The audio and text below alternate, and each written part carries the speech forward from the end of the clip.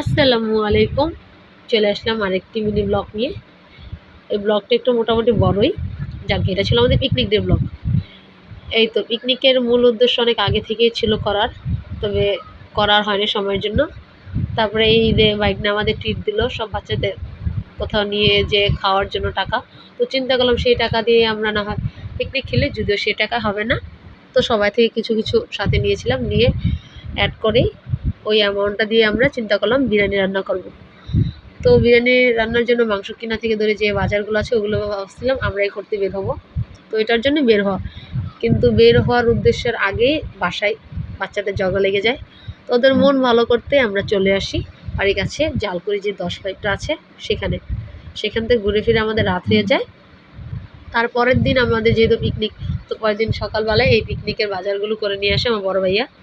তো ভাইয়াকে দিয়ে মাংস আর যা যা দরকার ছিল মা নিয়ে আসায়।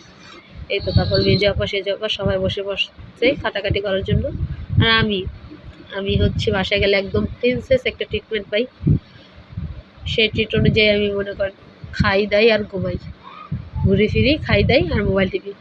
এখানে আলু সিদ্ধ করা হয়েছিল বিরিয়ানিতে দেওয়ার জন্য, সেটাও করছিল ভাবি আর ভাগ্নি বোন ওরা। মাংসটাকে আমরা ঘরে থেকে রান্না করে নিই, যেহেতু ওই দিন বাইরে অনেক রৌদ্র ছিল। তারপর আমরা বিরিয়ানির জন্য যেগুলো করতে হবে আর কি সেগুলো আমরা ছাদেই করি। এই তো বড় পাতিলা নামিয়ে এটাতে পেঁয়াজ মশলা সব দেওয়া হয়ে গেছে। যেহেতু আমরা বড় ফ্যামিলি, মানে আমরা ভাই বোনের সংখ্যা বেশি, আমরা 6 ভাই বোন মোট, আলহামদুলিল্লাহ। তো বুঝতেই পারছেন 6 ভাই বোন সহ আরও সবারই বাচ্চা কাচ্চা আছে, সব মিলিয়ে মোটামুটি আমরা 20-22 জনের উপরই হয়ে যায় নিজেরাই আর কি। আমরা বাসায় একত্রিত হলে টুগেদারের মতন এক বিয়ে বাড়ির মতনই আর কি, হাফ মানুষ আমরাই এক ফ্যামিলিতে হয়ে যাই। আনন্দেরই ব্যাপারটা, জয়েন্ট ফ্যামিলিতে কিন্তু এটাই হচ্ছে মজাদার একটা ব্যাপার। সবাই একসাথে হলে একদম ঘর পুরো হই হুল্লোড়ে ভরপুর হয়ে যায়। তো বরাবরের মতন এখানে আমার মেজো আপা আর বড় আপায় রান্নাবান্নার কাজ করতেছে। ওনারা দুজনেই এই কাজটাতে একদম পারফেক্ট। এই বিরিয়ানিটা রান্না করতে যত মশলাটা প্রয়োজন হয় সম্পূর্ণ মশলাটা কিন্তু আমার মেজো আপা তার বাসা থেকে বানিয়ে নিয়ে আসছে। ওই কিনে যে একটা মশলা আছে না, রাঁধুনি বা শাহি যেটাই আছে, ওগুলো কিন্তু আমাদের বিরিয়ানিতে কখনো আমার আপা ব্যবহার করে না। আপার হাতে বিরিয়ানি আর গরুর মাংস, একদম গরুর মাংসটা এমনভাবে রান্না করে একদম কুরবানিতে যেরকম হয় ওরকমই হয়। আপা মশলা খুব সুন্দর করে বানাতে পারে বাসায়। তো এখানে বিরিয়ানিটাকে ভাপে দিয়ে নিচে চলে আসলাম।